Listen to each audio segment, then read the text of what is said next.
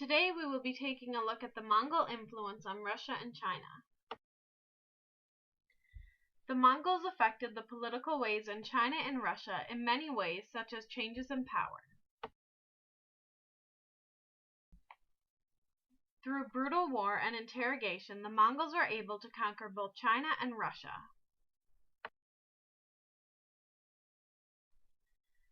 When the Mongols came to attack, most cities in both China and Russia feared them and surrendered right away, submitting to the Mongol ways. Both China and Russia placed their highest rulers under Mongol rule. When places in Russia surrendered, the Russian princes lowered their power to becoming a vassal, while in China the Mongols ruled with the Chinese bureaucrats directly below them.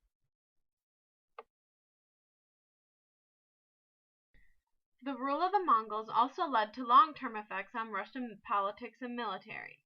After the Mongol rule, Russian princes desired to stabilize their power like the Mongols did. The political relations between the Mongols and China were rather tense.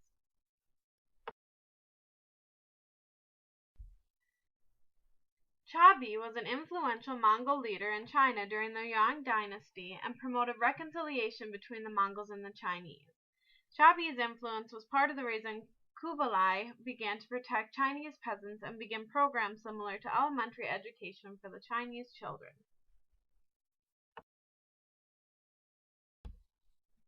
The largest effect the Mongols had on economics in both China and Russia was through trade and commerce.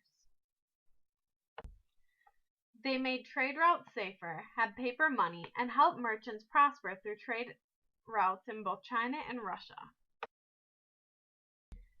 It continued to flourish for China even after Mongolian rule, and they became one of the largest places of trade. However, after Mongolian rule in Russia, the economy plummeted and forced them to become agricultural.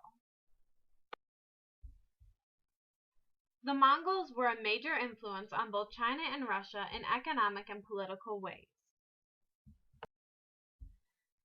Similarities include surrendering their rulers, centralizing government, and improving the economy through trade. There were differences, such as types of political systems in which China was a bureaucracy and Russia practiced feudalistic ways. Also, China was able to continue to flourish without Mongolian rule, while Russia was unable to sustain its ways.